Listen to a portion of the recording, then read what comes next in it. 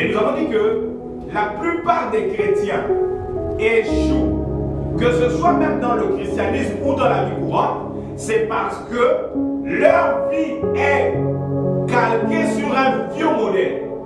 En plus de cela, ils développent chaque jour, au lieu de la conscience de la victoire de Christ, eux, ils développent la conscience du péché.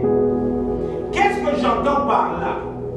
C'est-à-dire que chaque fois que la personne marche ou fonctionne, qu'elle vienne à prier ou qu'elle veut venir à l'église, il y a toujours quelque chose qui lui rappelle qu'il avait mal fait. Mais nous avons dit que cette conscience-là n'est pas nourrie par l'Esprit de Dieu, n'est pas nourrie par Dieu. Cette conscience est nourrie par ton cœur, c'est nourri par ce que toi tu sais de Dieu. Moins tu connais Dieu, plus tu développeras la conscience du péché. Et nous avons dit que si quelqu'un développe la conscience du péché, il n'obtiendra rien de Dieu. C'est le genre de personne qui vient prier, et au moment où il vient pour prier, il va se rappeler d'une faute qu'il avait commise il y a 10 ans. Le diable est derrière ça pour te rappeler tes fautes. Amen. Et vous allez voir la personne commence à prier. Alléluia, je te bénis le Seigneur, je te le grand. Et tout d'un coup, bam, blocus dans sa tête. Arrête. 2025, 2015, on retourne en arrière.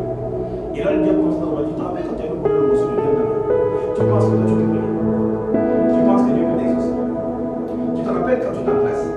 Le prof avait demandé un exercice. Au lieu d'aller faire l'exercice, tu es allé voir un ancien du quartier, là, tu penses qu'avec des comportements comme ça, tu peux écrire. Et là, la personne commence à, au lieu de continuer à prier, la personne commence à dire, oh Seigneur, parce que dans sa tête, on lui a dit, tant que tu n'as pas confessé les péchés, quiconque ne confesse pas les péchés et les délaisse, il n'obtiendra pas miséricorde. Car ce sont les fautes qui nous cachent la face de Dieu. Et il commence à confesser les péchés. Oubliant que Jésus-Christ, s'il est venu, c'est pour éradiquer justement cela. Il nous a pardonné par sa mort et sa résurrection, nos péchés passés, nos péchés présents, et je dis même encore plus avec Agnès, nos péchés futurs sont déjà pardonnés. Quelqu'un croit cela? Est-ce que quelqu'un croit actuellement que même les péchés qu'il fera en 2020, quand Dieu donnera la vie pour la vie en 2020, 30, là, 40, là, vous savez que même ces péchés sont pardonnés? Il y a des gens qui ne croient pas ça. Vous savez pourquoi? Parce que vous n'arrivez pas à situer que la Bible a été conçue avant même que vous ne naissiez. Des milliers d'années avant que vous ne naissiez. Quand Christ est mort, plus de 2000 ans, vous n'existiez pas encore. Ça veut dire que déjà, en Christ, le péché futur était déjà pris en compte. Oui ou non? Vous n'existiez pas. Mais comment pouvez-vous croire qu'il y a 2000 ans, Jésus-Christ vous a pardonné vos péchés au moment où vous n'existiez pas encore? Et comment n'arrivez-vous pas à croire que même quand vos enfants viendront plus tard, même les péchés de ces enfants-là sont déjà pris en compte? Comment n'arrivez-vous pas à prendre ça? Ça veut dire que vous n'avez pas compris que le sang de Jésus a une valeur éternelle. Lorsque Christ est mort, la Bible nous dit qu'il est mort une fois pour toutes. Il n'y aura plus une autre mort pour sanctifier qui que ce soit. Et c'est pourquoi nous avons touché le point concernant quoi? La sanctification. Nous avons dit que la sanctification commence d'abord quand vous avez compris Christ. Parce que Jésus-Christ, c'est lui-même la sanctification. Laissez-moi maintenant vous expliquer. La sanctification, ce n'est pas arrêter de boire. La sanctification, ce n'est pas arrêter de fumer. La sanctification, ce n'est pas arrêter la fornication. La sanctification, ce n'est pas arrêter de voler. Ce n'est pas ça la sanctification. Parce que sans Jésus, il y a des gens qui le font, qui abandonnent, qui le délaissent. Sans Christ, c'est que Jésus n'est pas venu mourir pour ça, pour te donner une vie morale.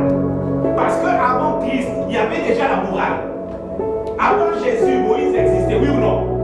Quand Moïse existait, les prophètes existaient, ils donnaient déjà aux gens des préceptes moraux pour demander ou amener les gens à vivre une vie morale, claire, bien. Mais ce n'est pas pour ça que Christ est venu. Christ est venu pour nous communiquer une vie.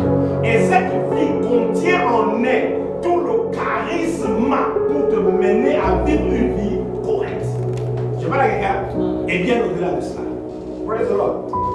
Hein? Jésus-Christ n'est pas venu pour que tu arrêtes de porter les pantalons et que tu portes des jupes qui partent d'ici jusqu'au sol. Non, c'est pas ça. Jésus-Christ n'est pas venu mourir pour ça parce qu'avant Jésus, les gens le faisaient. Praise the Lord. Non. Les gens doivent comprendre un tout petit peu les mécanismes que Dieu a mis en place pour que les gens viennent à lui sans aucun sentiment de culpabilité. Car il n'y a plus donc aucune condamnation pour ceux qui sont en Jésus.